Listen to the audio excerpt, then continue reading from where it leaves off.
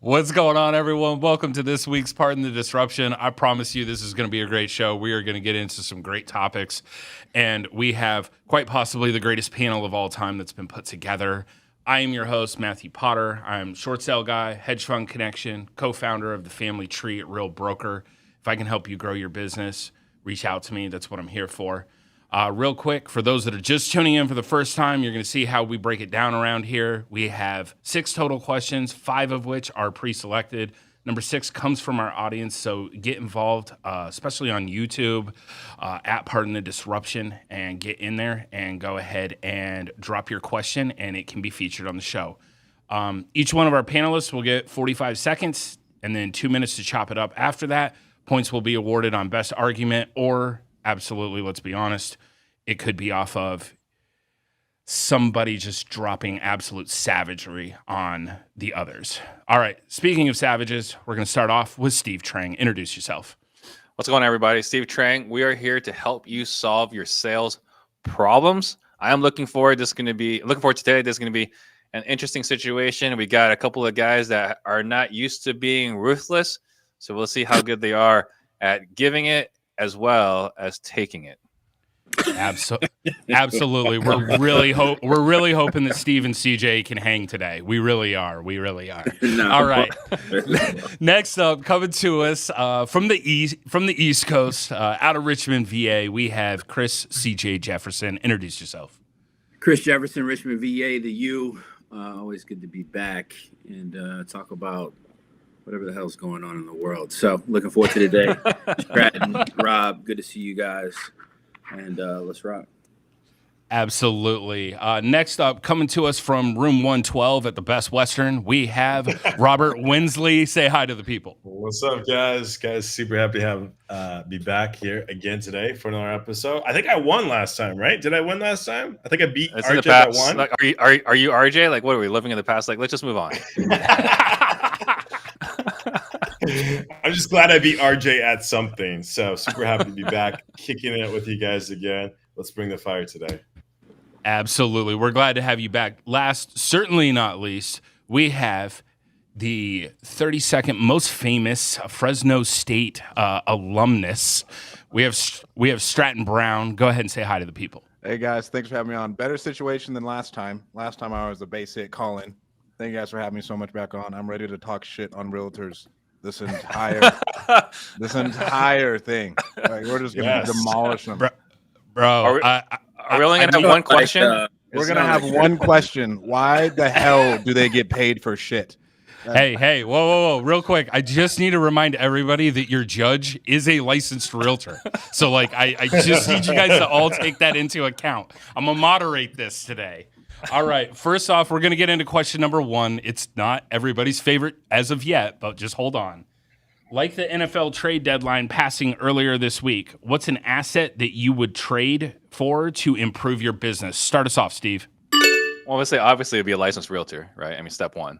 But after the licensed realtor, right, is someone that can raise capital. You know, someone like if you've got money, the deals will find you. You know, one thing I've said before on a previous episode is there could be some life-changing opportunity in the commercial business in the next 2 to 5 years, right?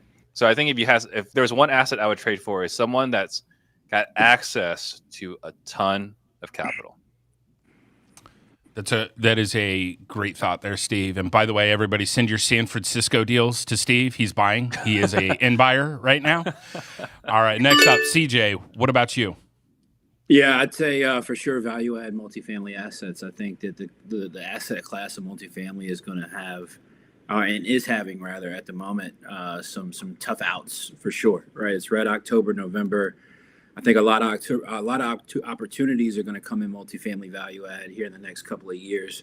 And so if I wanted to play in an asset class, we've done some multifamily in the past, not enough. I'd love to do some more. So I'd be trading to either have somebody that could help me fill that gap or stepping more into that myself for sure. Very nice, very nice. Definitely an asset class that there's going to be a lot of opportunity in right now. All right, Robert, what about you? Who are you trading for?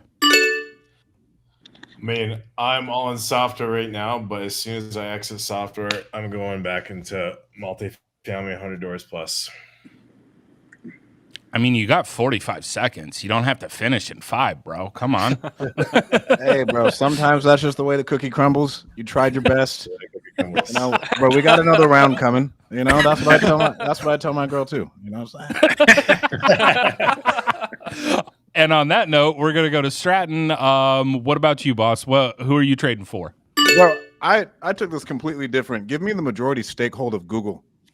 If I want an asset in my business, I want all that. If I can control all the ad spend in the world, I can make as much money as I want. Google prints money, and I can grow any business I want. I can be an idiot and just drive leads. That's what I would trade for. If So not, that was going to be my answer for one of the other questions, but thank you, Stratton. So you watch The Hangover, not The Hangover, Hot Tub Time Machine. That's going to be Stratton, right? What did he call Google? Like Robgol or something like that? When he came back, Yes. that's going to be Stratton. It's going to be Strackle or something like that. But I was debating back and forth between money and whatever.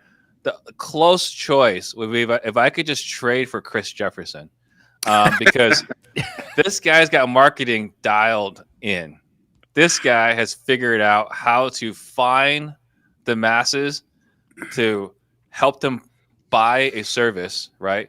The audience, the community that Chris has built, put together, it's something, as a third party, I admire. So on top of right after the money guy, I would trade for Chris Jefferson. Well, I appreciate that, man. Yeah, we've shout out to the U family, by the way. Shout out to the U family, man. I love you guys, man. Potter hung out with us in the U family the other night. He knows the vibes, man. He knows Wild. Absolutely a great time. Great time. I love it, man. I love it. Yeah. So I guess I mean, Stratton stole my answer for another question, so now I got something else. There's look, four other companies you could include. I listed down 4 other companies for the other question. I know, I think but what you control the Stratton's eyeballs. saying, though, is I say multifamily. I get what Stratton's trying to say as well, though. Like Rob can understand this too. Like it's the data business, right? Like I'm in the data business too, right? I'm in the data aggregation business on a daily basis when it comes to ads and different things. Whoever holds the data Wins, right? That's who wins every single time. Well, I mean, Google also owns the data, so they control they own the eyeballs and the data. Yeah. So, yeah, I would take Google, but I guess we'll have to come up with another answer for later on. We're gonna make Steve think. We're gonna make Steve think on a Thursday. Watch out, guys. All right. Gonna say based off of the outside the box right there, gonna give the point to Stratton. Like I'm not just doing that because he covered for me or anything. By the way, shout out on that. That is a great answer though. I mean, if you control the data and the eyeballs, I mean, you control it all. You do. All right, let's get into question number 2. How do you handle a situation if one of your employees gets in legal troubles that might cause them to go to jail? I can't wait for this one. All right, start us off, Stratton. All right, so 2 years ago, my little adorable cousin Aaliyah's mom calls me, and she says Aaliyah's gotten into some trouble. And I was like, what for? And she was like, she got caught selling weed at school. And I was like, immediately, she can come work for me. And I did. She was my intern. I was like, hell yeah, you got the grind. I already know you're really smart. And so she interned me at one of my masterminds. If it's anything else besides, let's say, selling narcotics up to cocaine, I would say we probably got to get out you. Like if we got domestic violence, I'm out. Sexual assault, I'm out. White collar crimes, I'm out. Like Ponzi's, like what is it, wire fraud, any of that shit, I'm out. If it involves some real savvy entrepreneurship of selling some good old stuff, I'm on board, and we're keeping you. Anything else, you're out. That's what the kids are calling it. That good stuff. Good stuff. It's like those old commercials from the 80s, stovetop and stuff. All right, Steve, what about you? What are your thoughts on this? So there's a couple of questions I'm going to look at. First is, are kids involved? Like that's the first question, because if kids are involved, you're out. You're out. Yeah. You're dead to me. You're dead to the company, right? After that, then we're going to see how valuable this team member is. So If I were to find out, for example, that a valuable team member, a person that's contributing a lot to the company, got caught assaulting an officer, I would ask questions to find out whether the police officer deserved it. Right? That's the perspective I'm going to be coming from to figure out, right? Like, well, what did he do to deserve it? If it's a person that's, not a valuable team member, well, then it's going to be different questions, right? So I think the first, are kids involved? And after that, how much value you're bringing to the company? And based off of that, we'll figure out how we're going to address and to resolve the matter. So we answered the question without answering the question. I think you know where this is going. Yeah, I know where it's going. He's a politician, bro. Yeah, I know where it's going, and I'm glad I'm still employed, and I do thank you for that. But, we just need an answer. Presidentialcashoffers.com. There Presidentialcashoffers.com. Jesus. All right, CJ, what are you doing in this scenario? Yeah, I mean, you guys are pretty kind, man. I mean, if somebody was working for me and went to jail, they wouldn't be working for me anymore.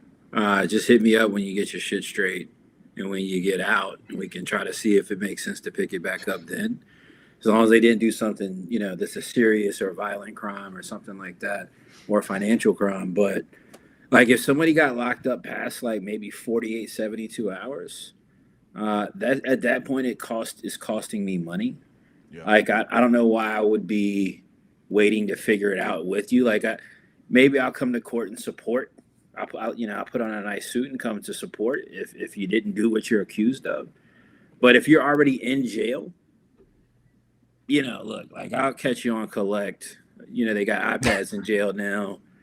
Hit me on the iMessage or something. Like we'll stay in touch. But like I don't know what I'll put a couple bucks on the books.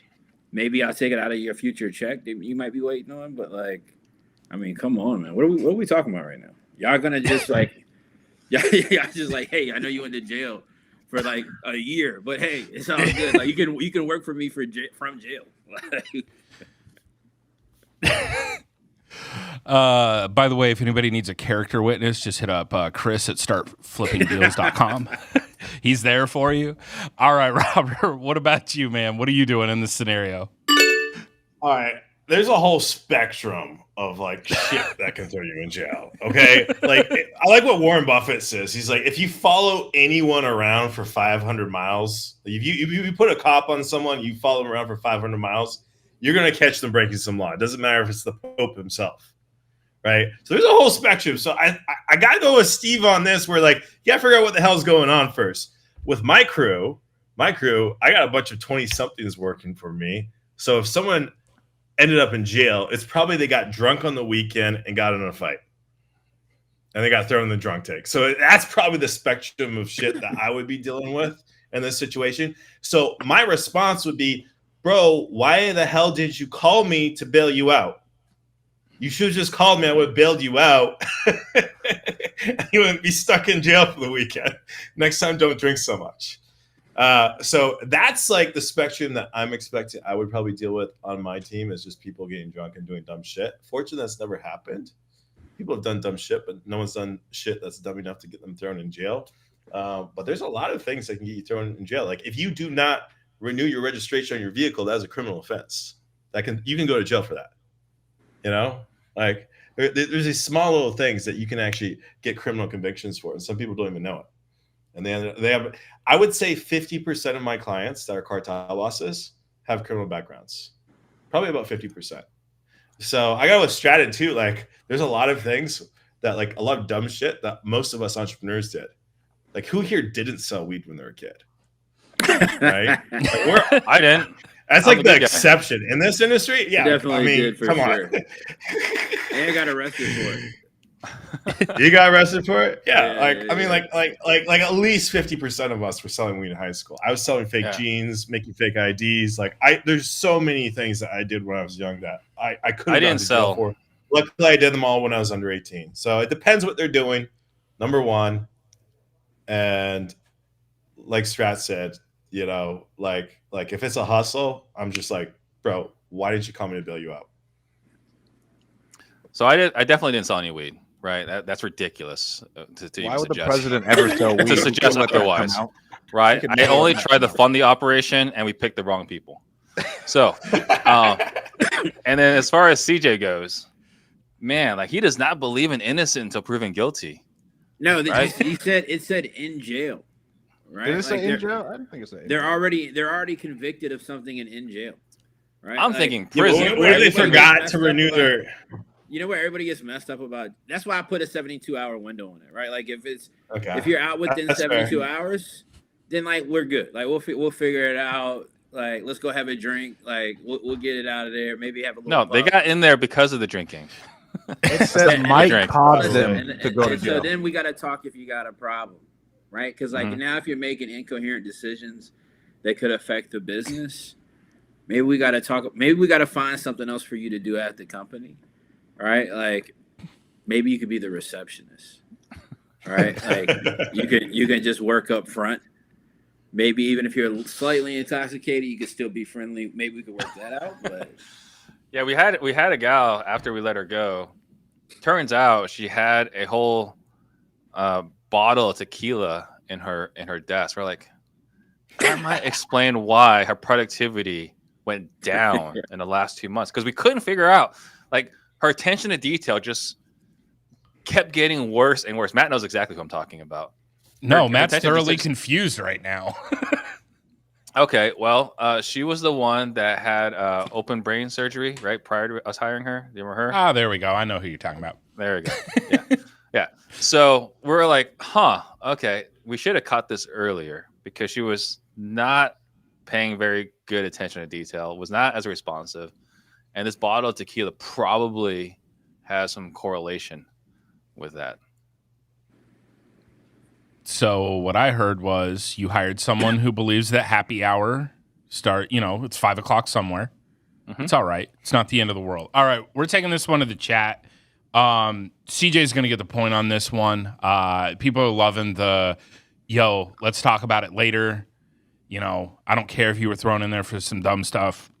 I don't know. Somebody had made a comment in there about JPay email. I don't know. It's like a whole thing. All right. Question number 3. All right. I need you guys to be easy on this question. I know you've been chomping at the bits for this one. I'm literally looking at all of you. All right.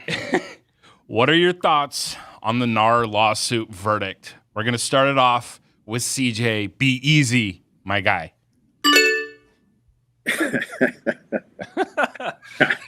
I just think it's great, right? Realtors have existed for so long on this high horse of the industry, like they're God's gift to real estate because they went and got a license and they do some continued education and hardly sell or list any houses. I think this is great, and here's why I think this is great. Of the real estate ecosystem, overwhelming majority of people who provide the least amount of value to transactions are realtors by far. All right. Mm-hmm. And so I think that this is going to be great because I think that the free market should exist. I think that value should have to rise to the top. I don't think that just because you're somebody's cousin or you work with them and got a license that you have to be the person to list their property or help them buy a house. Let's not get it mistaken. Realtors are in the business of making money by sleight of hand. They make money by acting like they're not trying to make a lot of money on people's properties. At least as wholesalers, right? I see realtors trying to compare wholesalers to realtors. We're not realtors. All right, we're not licensed. We're not under a governing body. We're supposed to be trying to make as much money as possible. Realtors do sleight of hand. Hey, Rob, I'm here to help you. I want to do as much as I can to help you get you the best return possible. But hey, I'm going to let you go buy this house with zero equity, right? So that you can move into this property. And then if the market crashes in a year, well, I'll see you when you got to sell it because you're getting foreclosed on. No, that's when you say, yo, I'm going to refer you over to Potter. He's going to handle your shit. So. All right. Robert, what are your thoughts on this? I love it. Because here's the thing. The realtors are a cartel, right? There's this law in economics, a law of perfect competition. Okay, when you're selling basically a commodity service, which basically realtors are doing, they're selling commodity service. There's downward pressure on pricing until eventually you hit bottom prices where basically net profits equals zero. The guys running NAR understand that, so they know the only way to maintain these extractive freaking fees is to work like a cartel. And they've been working like a cartel, and everyone knows that they work like a cartel. And they don't even hide it. They don't even hide it. Like if you listen to Gary Keller a few years ago talk about Zillow, he's like, you guys are idiots for putting all your data in Zillow. We need to maintain a monopoly on the data because whoever owns the data runs the industry. As soon as you give out the data, we're going to lose our monopoly position. We're going to lose our pricing power. And he was right. He was right. Like these guys know it. These guys know it. And it's been out there. It's been out there. And they'd be like, we're not a cartel. We're not a cartel. And now finally we have a court saying, yeah, you guys are operating like a freaking cartel.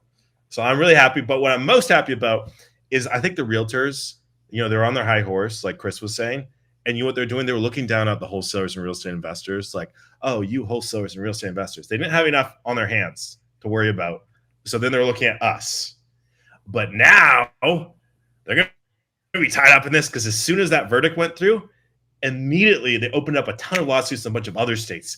Now NAR is tied up in lawsuits for the next 5 years. They don't have any bandwidth at all to go after the real estate investors and hammer us for what we're doing. So it's a big blessing. Shout out to NAR, man. Shout out to NAR. Yeah. No. It's shout out to NAW, National Association of Wholesalers. Because it's coming. It's coming, y'all. It's already coming. set up. Jared and I got coming. it set up already. It's already coming. All right, Stratton, what are your thoughts on this, man? Man, it's one of the biggest lobbying groups in America. It is a cartel, just like Robert said.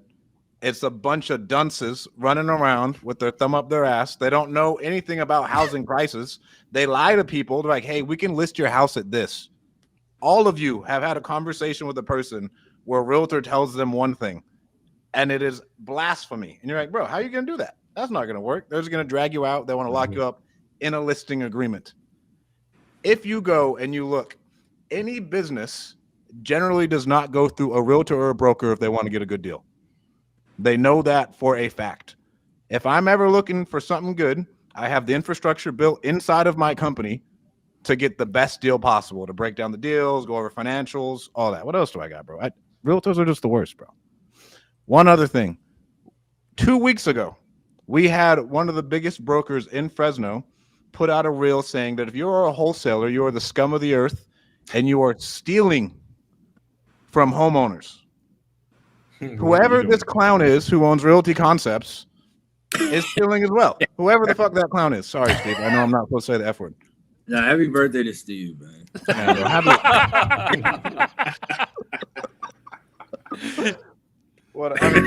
Overall, bro, they're just the worst. I don't care if I win this one. I just think they suck.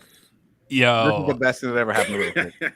Yo, all I'm gonna say is y'all clearly are not working with the right realtors. That's all I'm gonna say. Like, dude, just holler at me. I'm gonna take care of this for you guys because this is just unacceptable. All right, Steve, what are your thoughts? You're a card-carrying member, so what are your thoughts? I think it's a sad state of affairs. I am truly, generally sad for the general public. I think that if you're a person that's looking to buy a home, you've got no one to represent you if we're removing buyer brokers because there's no one incentivized to help you. So you have no one now looking out for your best interest if you're looking to buy a home. If you're looking to sell your home, you can sell your house for sell by owner. We have perfect competition. You can sell your house FSBO on Zillow on forsellbyowner.com. There's a lot of places you can sell your house, but you're not going to get the most amount of value for your home, right? So if we remove realtors from the industry, there will be pure competition and prices will adjust. But at the end of the day, if you have no one else to market your home, then you have less marketing, you have less demand, you will get less for your home. So I think it's a general sad state of affairs for the general public. To Stratton's point and CJ's point, absolutely a majority of realtors are grossly incompetent. That's not a secret. Everyone's well aware of that. Facts. But you cannot judge an industry that's full of salespeople on incompetence because salespeople in general are not well-rounded business owners. And in fact, most industries, that's the case. right? If you look at the average wholesaler, are you going to say, man, this guy's ready to go to a Fortune 500 situation? If you look at most general contractors, why are they terrible? Because they were really good at drywall and HVAC, and they said, I can do this. I'm going to start my own business. And they have no idea that being able to put drywall up has nothing to do with running a business. So I think that, yes, there are a lot of incompetent realtors out there. A majority of them, if it's not 80%, is 90%. I'm not disagreeing with that. But you talk about competition. This is why we have competition. If you don't want to pay 6% to a realtor, you can go a flat fee. You can call a wholesaler. There's 4 of us here, right? So it's not like wholesalers are removed. It's that I believe if you want the most amount of money today, the realtor is going to get you the most money. If you don't like how much they charge, negotiate. Everything's negotiable.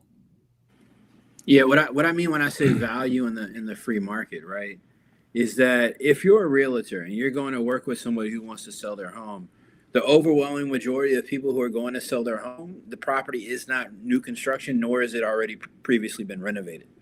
All right. But most realtors aren't in the position where they can truly educate somebody on how to actually increase the value to get maximum dollar. Right. And they often don't. The good realtors do. Right. The other segment of the population is new construction. Home builders don't work with regular realtors. They get buyer representatives, right, and develop their own compensation plans, and they pay whatever they want, and people just deal with it. And then the other piece is people like us, right, home renovators, fix and flippers, who don't want to pay full commission anyway. We don't want to pay 3% to list our property that we've already fully renovated. Like the point of the lawsuit was that there was price fixing in right? Like that's the point. Is like there's this general collusion of it, right? Right. And I can understand is how that happens. Why flat free companies exist? Why broker lists exist and some of these other companies exist? Is because for too long, too many brokers were saying to their agents to say to their investor contact or their investor seller they were going to represent, like, hey, no, Rob, I can't do a flat fee for you. My broker won't let me. Right. Like, hey, I know there's nothing for me to do but stick it on the MLS and set up showings. But that goes back to incompetence. That is price fixing. If that's a conversation, that is a violation of Sherman antitrust, right? So like, I'm not disagreeing with you there. My point is, you would find a good realtor and you would pay a premium for a good realtor, or you can go FISBO. Like this whole idea that you had to pay all commissions 6% or whatever is grossly untrue. And by the way, I didn't ask for 6, right? I asked for 7. All right, hold on. So can I ask you a quick question? Yes. Do you think the general population that goes to list a house and or buy a house knows or understands that the 6% commission is negotiable? And do you think that realtors communicate that effectively to their clients to give them the opportunity to properly negotiate the commission? Yes or no? Are they prepared to negotiate? Yes or no? No. Yes or no? Yes, they know. They absolutely know. Every single homeowner is asking me to do it for a reduction. Yeah, I'm not saying they don't ask. I'm telling you that the realtors tell them it's not even possible. You got realtors out here that are putting people into 12-month representation agreements. I don't know which realtors. The long listing agreements are crazy. Come on, man. Come on. Bro, and then you say that they can market it better, bro. What are they put it on the MLS? What else can you do for marketing? Like in all reality, they put it on the MLS and they post about it on their social. The Kroger trays for sure. The cookie trays for sure, bro. Number 1. But really, if it comes down to the resources to market it, right? Having the buyer relationships, working with the realtors that can bring in the quality clients. But the other thing too, like everyone seems to think that what a realtor does is market and put on MLS and market it, right? Like that's what the illusion. That's what people think. That was true in the 80s. That was true in the 70s. That was true in the 90s. Oh my God. A lot of 2000s. Today, that's not the value. The value is not sticking to MLS. The value is helping you navigate a transaction. The value today is helping you understand the risks and consequences of every decision you make throughout the transaction. Yeah, shout out to our sponsor, NAR, by the way. Now look, here's the thing: there's value, but they're extracting too much for that value. Steve is back by people are deciding what they're charging thousands of dollars an hour, and all they have I want to be clear here. As I speak all these things, I have opted out of the realtor industry because I couldn't stand servicing people that didn't value me because everyone wanted to negotiate my fee. Right? So real quick, I got a question for everybody on the panel. Sorry, dude, I'm ad-libbing right here. How many of you would be willing to buy a property at 95% of ARV right now? Nobody but a realtor's client. Okay. So can we agree though, like let's take a step back. Can we agree that maybe for that particular seller, if they're getting 95% of ARV versus maybe 70% ARV from you or a investor buddy of yours or something like that, could we see that maybe there's a benefit there for the seller? Yeah, but I mean, I get your point, right? The seller is able to make as much money as possible in that scenario. Is that what you mean? Okay. Yeah, correct. Like, so for example, say you were selling a property, CJ.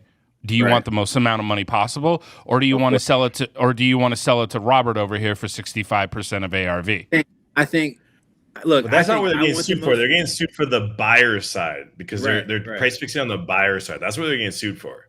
See, but here's the reality of this side, and again, like this is just me talking real estate. So the reality is, and we can all agree to disagree on this.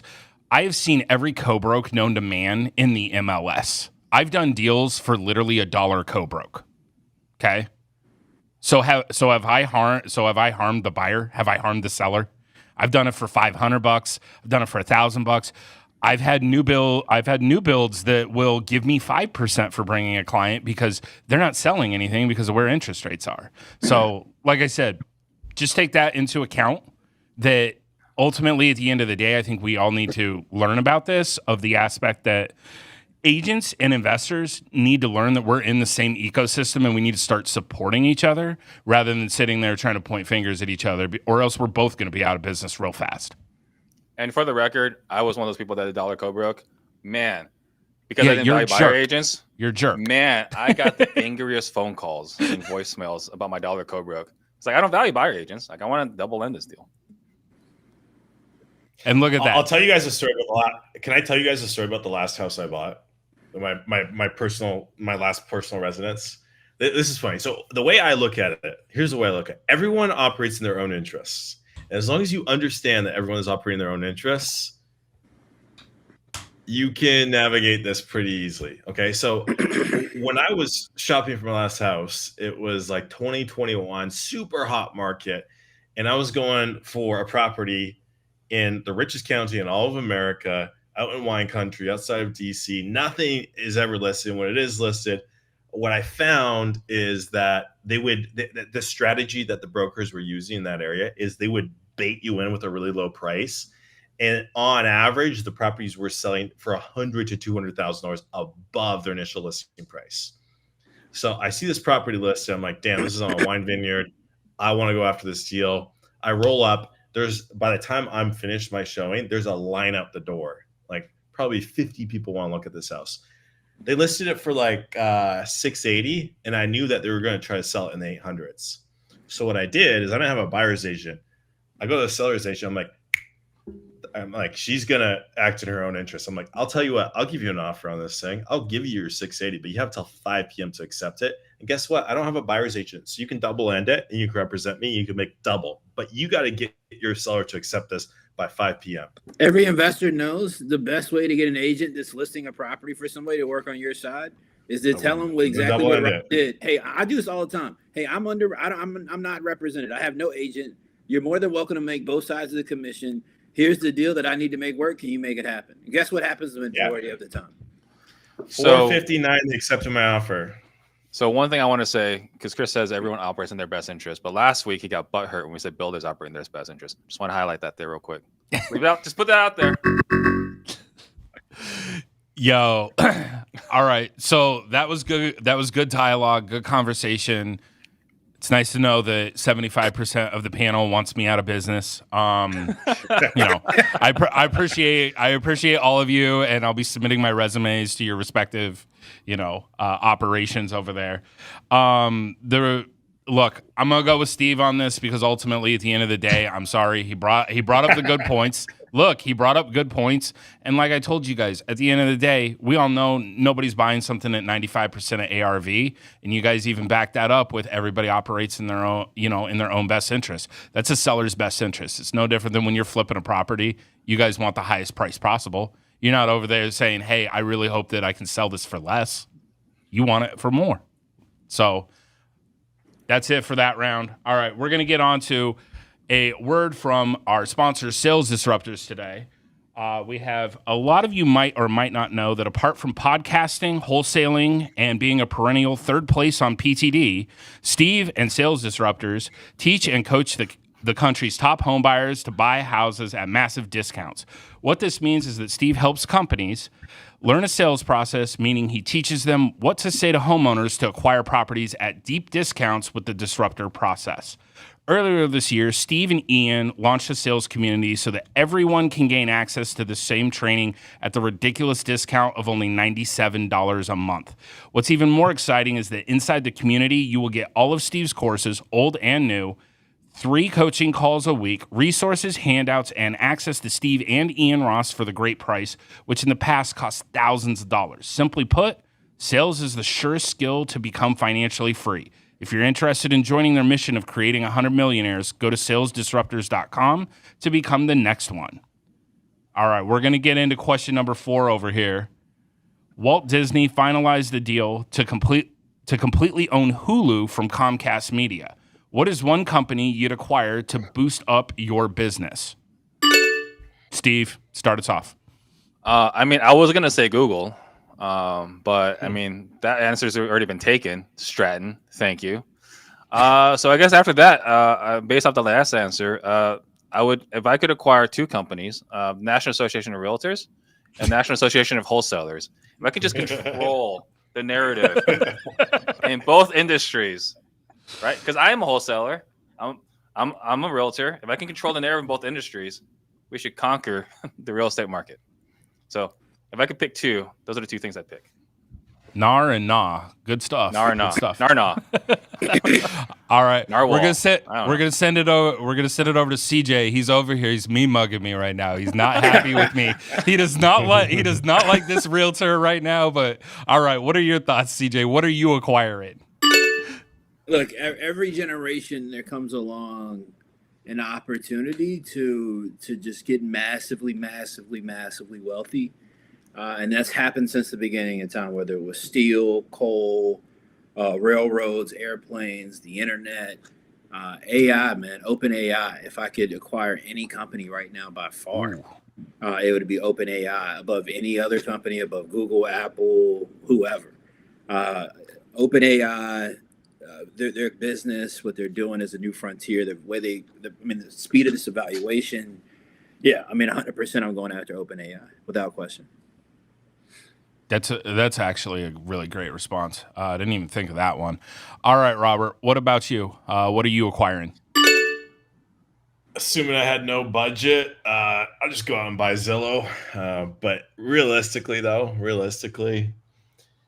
Investor Lift, we own Dispo. Like we do thousands of properties per month. We own off-market Dispo by far. We're probably 20 to 30 times bigger than place number 2. So I think it would be cool. So we have the Dispo side down. We haven't even touched acquisitions. I think it would be cool if you had acquisitions and Dispo, like the full thing all under one roof. So if we did a merger with like a company like Batch or PropStream, and you could have like one piece of software you could just that's all you need to run a wholesaling business. One piece of software, one credit card bill, everything you need from acquisitions to Dispo. That could be pretty sexy. Coming soon, Batch Lift. There we go. That'll work. We can roll with it. All right, Stratton, what about you? I was going to go with BlackRock. Chris took OpenAI. Steve took Google, but I was like, yeah, man, BlackRock. That is the one if you want to control everything and make the most money possible without having to worry about NAR or anybody. BlackRock, they own like 90% of the S&P 500 in some way or form? Like they own a share in it? It's like 92% now, bro. They bought some more stuff last month. So for me, it would for sure be BlackRock would be the number 1 company I'd want. Yeah, they are past the point of diminishing returns. They literally own everything, right? Like, I don't know what's the point of raising any more money. Like, yeah, well, we really want to get to 93% of Wall Street. So CJ, let me ask you about OpenAI. Yeah. OpenAI, obviously, I mean, they got the AI piece figured out, but do you think if you would go with OpenAI, you think that they've got a large enough lead on Google that Google can't catch them? They just I think it's not about whether like you can be caught, right? I think that there's something always to be said about being first. All right. Yeah. And look, I think this is congruent across almost every single industry. All right. Like before property dispo became a hard focus, I didn't really hear about anybody other than InvestorLive. Right now, I could name 5 different companies that do the exact same thing or attempt to do the exact same thing that InvestorLive does. But Rob just said it, right? He's 20, 30 spots ahead of anybody else. I can say the same thing about my own business, right? Like I started doing communities back in 2020 when nobody was doing a community. Everything at the time was sell a course, put somebody in a Facebook group, give them a call a week, tell them good luck, right? Well, my business blew up because I was one of the first to do community. Pace Morby, he started his community at the exact same time as well. Yeah. So I would go OpenAI because the opportunity to be first, and more importantly, man, it's not even regulated yet. Yeah. I think there's a lot of value to being first, right? I mean, Harvard, like the first university in America, right? Coca-Cola was the first cola company. Like, I think there's a lot of value to being first. Red Bull. But I think Google is so well funded that I think that they can. I'm speaking not with a lot of like data to back this up, just theoretical at this moment. But I think they have the resources to catch OpenAI, and I mean, it might be even a situation where they acquire OpenAI. They have more training data. Like that's, I think, the big thing, because the algorithms are pretty much commoditized now. Like the algorithms are like, we're actually working with the same, like the theory and the math that goes into these algorithms was developed back in the 60s and 70s. So what these guys are computing on is like compute power, the amount of compute power going in, and the amount of data, training data that you're putting in, and how you finesse that training data, right? Like at InvestorLift is basically a big massive data mining machine. It took until this year for us to actually have enough data that we could actually make AI that works. And even though we finally have it like actually working, it only works in some cities right now where we have enough data. So it's not really about the machine as much about like the fuel you put in the machine. I think Google could surpass them and probably will, just because I think that the data advantage, there is the first mover advantage that Chris mentioned, but I think having the data advantage, I mean, they have over 20,000 data points per American, right? All your search history, everything. Like if you're going to go on a trip to Alaska, you're going to start searching for flights to Alaska before you even tell your wife that you want to go to Alaska. Google already knows you want to go to Alaska. They're already showing you ads for fur coats, right? So I think they have such a big information advantage that they could surpass OpenAI pretty quickly. It'll be a war, though, a huge AI war coming. I think the only thing that's really going to hold them in place, I mean, Sam Altman is an extraordinary human, right? And like if you want to go like CEO to CEO, Google CEOs have kind of stepped out a little bit, and Sam Altman is laser focused and just got President Biden involved. Like, hey, we want regulatory capture. We are going for this. And if you have one so now he had the best job ever, I think OpenAI is going to take it, but Google will be close. So that was definitely an interesting round. A lot of thought-provoking ones there. Like I said, even though he wants me to be on the unemployment line next week, point to CJ over there with OpenAI. I like that one. Like I said, I'm going to send my application over to the U. All right, we're going to get into question number 5. It would not be a PTD without a sports question. We always know that there's something. Thank God RJ's not here. He'd try to work in hockey. All right. Like the Texas Rangers overcoming the odds from winning the World Series, what is one unexpected victory you have had this year? Start us off, CJ. One unexpected victory I've had this year. The Texas Rangers, they suck that bad. Yeah. Look, yeah. I didn't even know they were in the World Series. until I saw the question 5 minutes before we started the show. I haven't had any unexpected victories. If I could be honest, I always expect to win. I don't know. Maybe everybody else is different. I always expect to win at everything that I'm doing, anything that I pick up. I don't mind taking L's when necessary. I think you learn from L's. You fail forward from failures, but I can't remember anything that I've done where I thought it wasn't going to work out, and it was like an unexpected win. So I'm not Texas Rangers, man. So I'm like the Yankees, bro. Like even if we haven't been in a while, like we think we're going every year. There we go. The confidence coming from the U over there. All right, Robert, what about you? So similar to Chris, like I always expect everything to go well. I'm an internal optimist. I think you have to be to operate at this level. You have to, because your chances of failure are so high in entrepreneurship that you got to be a little bit crazy to even try. Always expecting everything to work out. What I'm always uncertain about though is timelines on things. So we did a big push into AI this year, and I was thinking we'd probably have a product that is like good enough to bring to market probably in like Q3 next year if we like really worked on it hard. And we made a slight tweak to our algorithm a couple of months back. We just changed like one little weighting, and all of a sudden, boom, it worked. Like I ran property through it. It spit out 10 names, and 3 out of the 10 wanted to buy the deal. I sold the deal in like 5 minutes. And then like I was losing my shit. I was like, holy, this thing works. This thing works. So that was like the speed. Like I didn't expect that version to work. That's such a small tweak would make it work. So that's it's actually going live, I think, next month in Phoenix. So super excited for that. Actually, Steve, if you're down to beta, I have the beta. I should be getting access to the beta that I can let people play around with tomorrow if you want to test it on some deals. You want me to put it on the MLS for you, bro?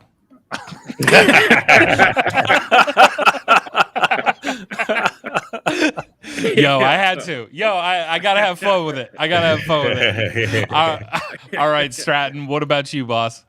Bro, the first thing I have written down, like everybody else, I don't ever plan on losing. Is the first sentence I wrote down. I was like writing down my notes. I'm never planning on losing. I don't know, man. There's not really a lot of expected wins. You always expect to go out and crush. If anything, it may not perform the way you wanted it to. But I've never thought like, oh, I might not win this.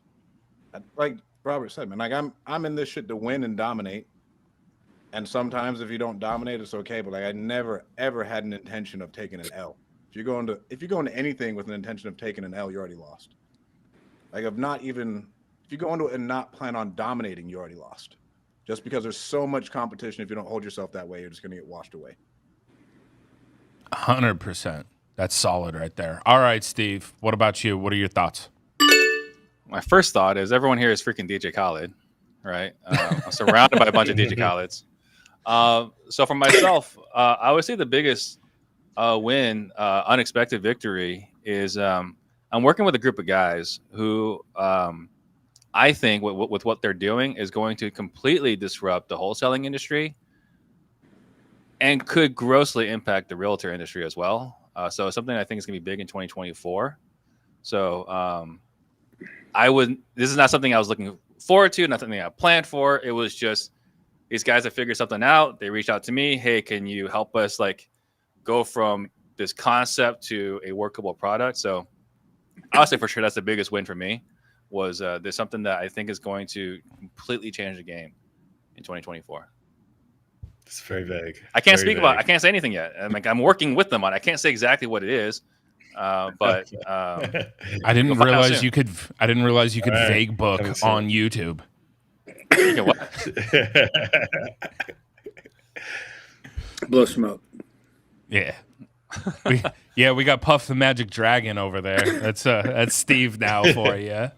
The point is that the victory is that I've managed to get myself in a situation that could be extremely promising that I was not looking for, right? And so, we talk about this within like the Whale Club is keeping opportunities open, being receptive, right? Like, don't stay so deep into your business that you don't keep your head up for opportunities, right? And so, like, we're working, we're staying active, but but we're keeping our head, looking for opportunities. And every once in a while, you land a big fish, right? And that was something that was completely unexpected, but could be massive.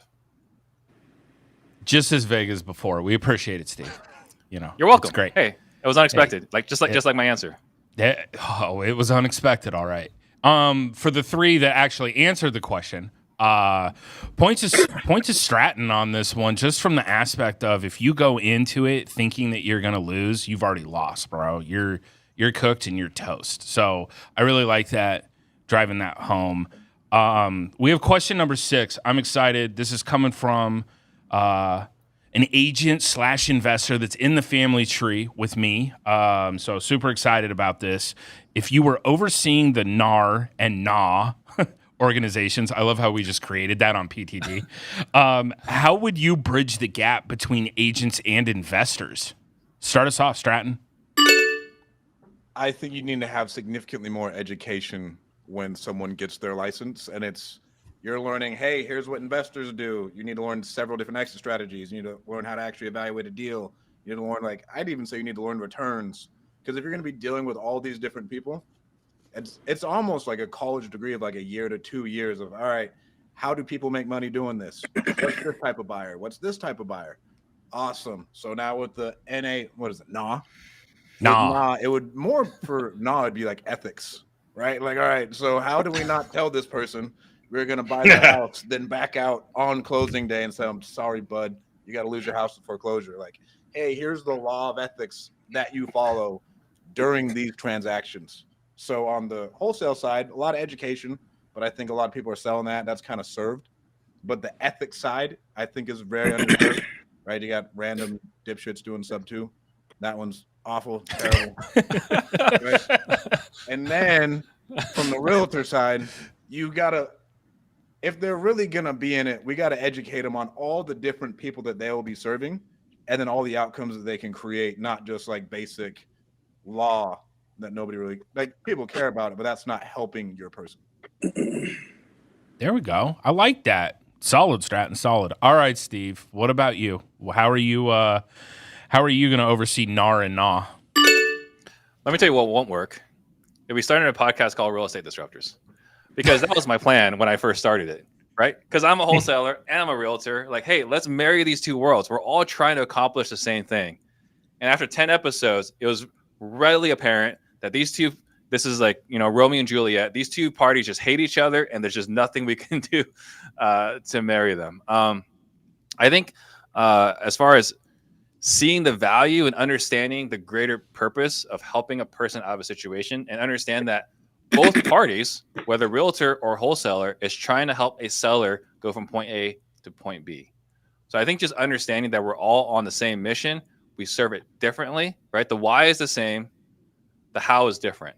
If we can understand that we're here to serve, it should be fine. But I think this is Crips and Blood. I don't think that we're ever going to have unity. Fair enough. All right. So we're going to have turf wars. All right, CJ, what about you? What are your thoughts? I think that Steve and Stratton's answers sound good, but I think those are too complex and complicated. And it's they basically would be learning forever, right? I think if you wanted to merge the two, I think it would be critically important to make realtors have to understand investment concepts, investment exit strategies. That's how you truly serve. So when I hear this thing about value and serving and all that as an agent, it's the inability to do so is not in the intentionality, it's in the education. It's in the knowledge, right? Everything that happens when it comes to a piece of transactional real estate, regardless of the asset class, it's literally all the decisions are based on investment concepts, right? Does a realtor know what yield is? Does a realtor know how to figure out what somebody's rate of return would be? Do they even understand what cap rate is? Or all these things I think should be critically important to being a realtor, because that is literally how you would be able to get the most value and serve whoever your client is, regardless of what side of the transaction you're on. Shout out to continuing ed failing us over here, on the realtor side. All right, Robert, what about you? What are your thoughts? I mean, this is Israel, Palestine, 2.0. There is Jesus. Just keep the rockets firing. No.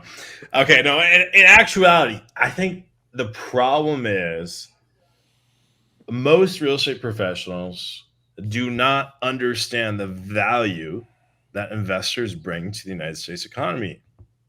You see, people look at us as the trash men and the like con artists of real estate investing. In reality, most realtors make more in a transaction, provide way less value, and spend way less time and have way less problems to solve than a real estate wholesaler ever would, or a real estate investor. We're the ones that take all the risk.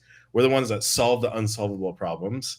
And yes, we might be the trash men of the industry, but you know what? We're taking out all the trash, cleaning up all the houses that no one else can handle.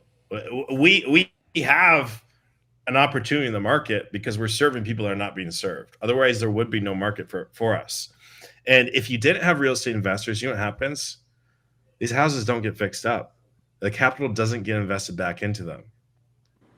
The neighborhoods start falling apart. Crime starts coming in, and your communities start falling apart.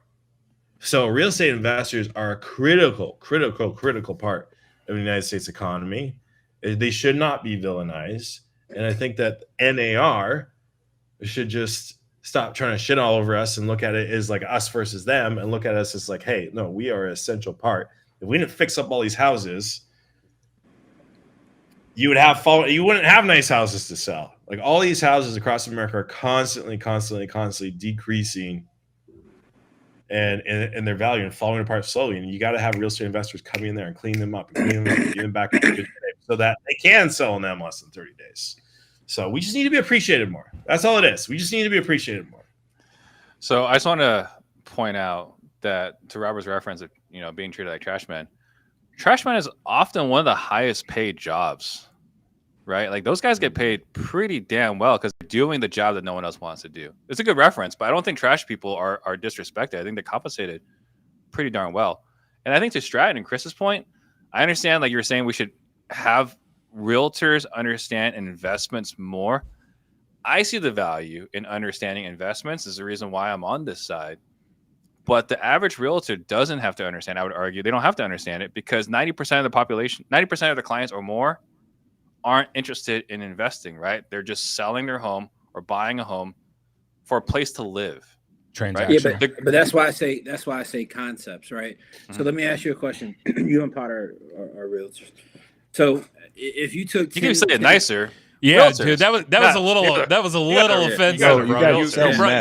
You brushed me off to the side, bro. If you took 10 homeowners, yeah, of those 10, how many would you say generally for each 10 have renovated and maintained their property over time, fully updated it over time, where they can really sell it at max value? Would you say that's the minority or the majority of people? I'd say about half. Yeah, I would agree with that, and the reason I'll tell you that, CJ, I'm going to give you backstory since I sell a lot more homes than Steve does. The reality is, credit for anything. No, you don't. The reality is, especially here in Phoenix Metro with suburbs, like especially like our bedroom suburbs that kind of popped up overnight. I mean, I went to a property yesterday, albeit it's a short sale that I'm listing, but it was built in 2022. It doesn't need updating. But that's different. And that's what I'm saying. Like there are those ones, but I would say probably I just sold a home over in Queen Creek. Seller put everything in there. It was it's a top dollar property. It is. There's nothing that would have been a value add on that one. Absolutely nothing. You couldn't have done anything. I'm talking, pottery barn front door. The mailbox was cute. The whole thing. So you run into about half of the people have that quality of home, and then you have half where I can understand what you're saying. Yeah, there's a value add opportunity there. Where are you going with this, CJ? Phoenix, man. Like, think about where Chris is at. That's some old property out there. Some ghetto properties. Jesus. Whoa. Steve's taking shots, bro. Whoa. I'm sorry. I was trying to say what Stratton was saying. I was trying to read between the lines. Yeah, shout out to NAR, bro. Hey, but CJ, you were asking that question. Where were you going with it? No, I'm just saying, right? Like when I say investment concepts, like Here's how simple this is. The majority of the population thinks it costs $60,000 to $100,000 to renovate their kitchen. You know how much it really costs to do it? Like 15 max. Like 15,000, 20,000 can get you a crazy baller kitchen.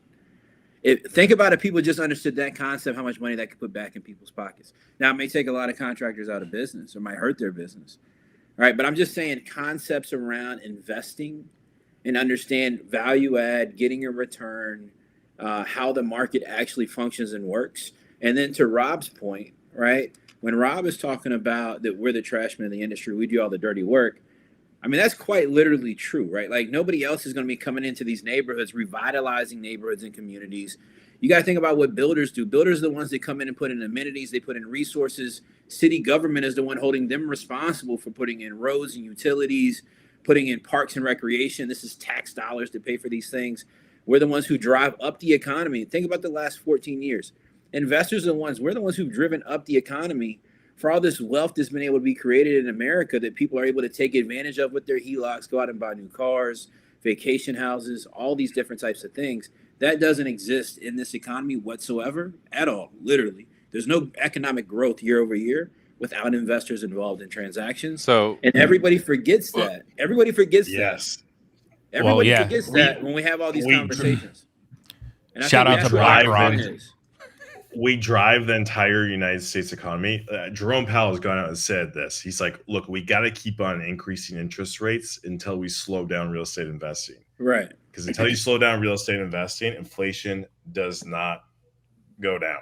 So they literally had to keep on hammering inflation rates until they took us out. Because 10 to 20% of transactions in most major cities across America last year were transactions with real estate investors. That's huge. That is huge. We're talking 1 in 5 to 1 in 10. And we're like Chris said, we're driving up the values of these properties, which then is giving people more equity in their houses, is decreasing their debt to equity ratios, is making Americans more wealthy. So CJ, Exactly I completely right. agree with a lot of what you just said there. As a matter of fact, that's my #1 most viewed TikTok video explaining all that, and one of my top 5 Instagram reels. Right, so I completely agree with you there because that's exactly what I said. Yeah. Shout out So- to AR. So here's the challenge, right? Everything you know, CJ. Here's the problem I ran into. There's no way, or it's pretty hard, to get a homeowner to pay you a 6% commission based off your information here, right? Or 6% commission on a home generally isn't worth your time, right? For that information, and that is where I've kind of found Wait, myself. hold on. Isn't worth whose time? My time isn't worth your time As the realtor, you mean? as the realtor. But this is my point earlier, right? Because of this lawsuit, Mhm. it will have to become worth your time, Exactly. It's gonna right? have Like to become worth your it time. can no longer as an agent will you be able to say it's not worth my time. It will not have to be because there's going to be another. My realtor. point. I don't think you're hearing me right, CJ. What I'm saying Right, no. is 6% of a $350,000 home, right? That's like $20K. Is that worth CJ's time to get paid $20K to help a homeowner do all these things? Well, I'm not a realtor, bro. So I'm asking you.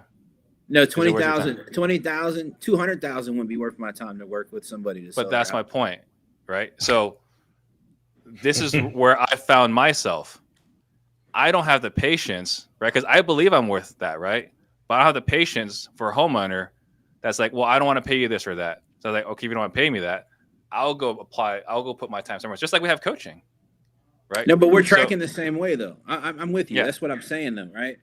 But So then what's the point gonna is, like you're saying, the value is not there, right? Like they're not worth 6%. But there are a lot of people out there that can add this value, and they're the ones that are getting paid the high commission. Like Potter, right? I don't know what Potter's average fee is, but he's not flat fee. I can tell you that for damn sure. No, but this is my point, literally, though, Steve. This is why the free market needs to exist for realtors. Because Easy, I would CJ. Does I would exist. argue that that Potter in that instance deserved more than 6%. Right. Yeah. Right? Like if I come help you with your home and increase the value of your home for you, $100,000, why would I only want to make 3% on that? That doesn't make any sense.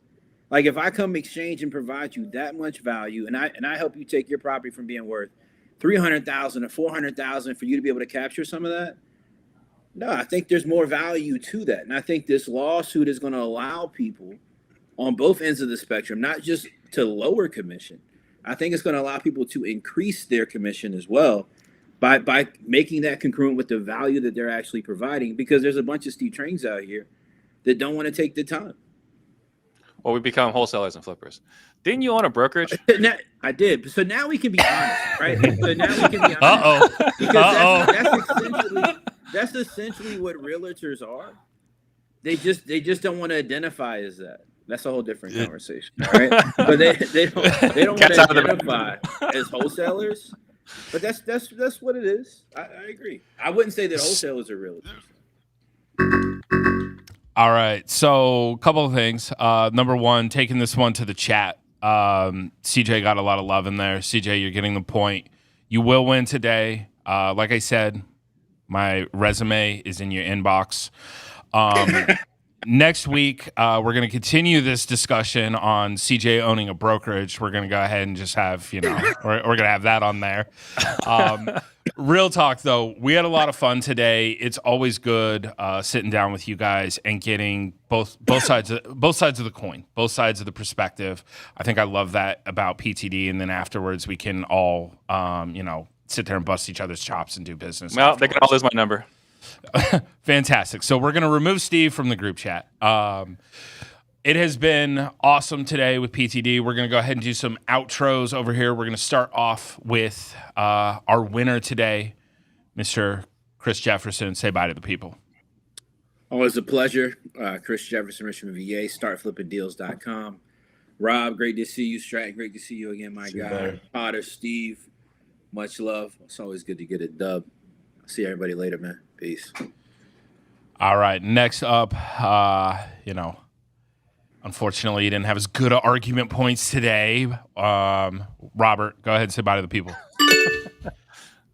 I arrived in Phoenix at 5 a.m. last night, so that's this morning. I'll come back and I'll bring the fire. This morning, yes. I think I'm running about 3 hours of sleep, so I promise to bring the fire again next time. But thanks for having me on here today. It was a lot of fun. Good kicking it. Good shit talking realtors. It's always fun. Just shit talk to NAR. And let's do this again sometime. If you guys need help selling your deals, sold about over $10 billion of houses this year, all off market. Check out investorlift.com. Get.investorlift.com. Check it out. We're at InvestorLift on YouTube, Instagram. If you want to get 10% off, use coupon code Disruptors. You'll get 10% off your first year on InvestorLift. And super excited to help you guys sell your deals faster at higher prices. There we go. And also, if anybody is feeling generous, go ahead and send up a cup of coffee and a Red Bull to his room over there at the Best Western. All right, Stratton, say bye to the people. Thank you guys so much for having me on. Potter, I'm glad you're feeling better. Glad it's a better circumstance. If you guys need help with any type of staffing, virtual staffing in your business, go to virtualhelp.io. That's the company I own. And it was amazing bashing the realtors. Thank you, Rob, Chris. We got to stand together on this. Thank you guys again so much for having me on. And I think I got shafted again, but that's for another day. I think Potter is biased. That's just my opinion. That's just my opinion on that. How am I biased when the non-realtor who tries to put me out of business won? How does that work? The former brokerage owner. You and Mr. Pfizer, Steve Trang down there. Right. Look, we're running a cartel. All right. Hey, last but certainly not least, say bye to the people. Steve El Chapo. I certainly appreciate Stratton. All I do is win. Brown claiming victimology for getting shafted on the loss. That was entirely pleasant to witness. There's a lot of fun, right? I think this is a topic that it's not going away anytime soon, but I think it's really good to have diverse perspectives. The reality of the matter is, we all make good points, right? Both sides. We all make good points. And I think the value here, we're talking about back to question number 6, is understanding both sides. I think the perspective is so critical. If we're just standing on one side and throwing stones at the other, we're going to have what Rob's talking about. This is Israel, Palestine 2.0. It'll never be resolved. But it's not until we actually sit down and actually understand the other side, try to figure out how to help each other and work together, this will stay exactly where it's at, which is exactly where it's been since I started Real Estate Disruptors, trying to bridge this community and just realizing that's never going to happen. So great show. Enjoy hanging out with my friends. And I hope everyone got at least a few laughs out of it. And then, of course, don't forget to go to nah.org. If you're a wholesaler, go ahead and get in. Use Disruptors as your code. 20% off. Go to narna.org. narna.org. All right. We had a lot of fun. We will see you guys next week. Peace.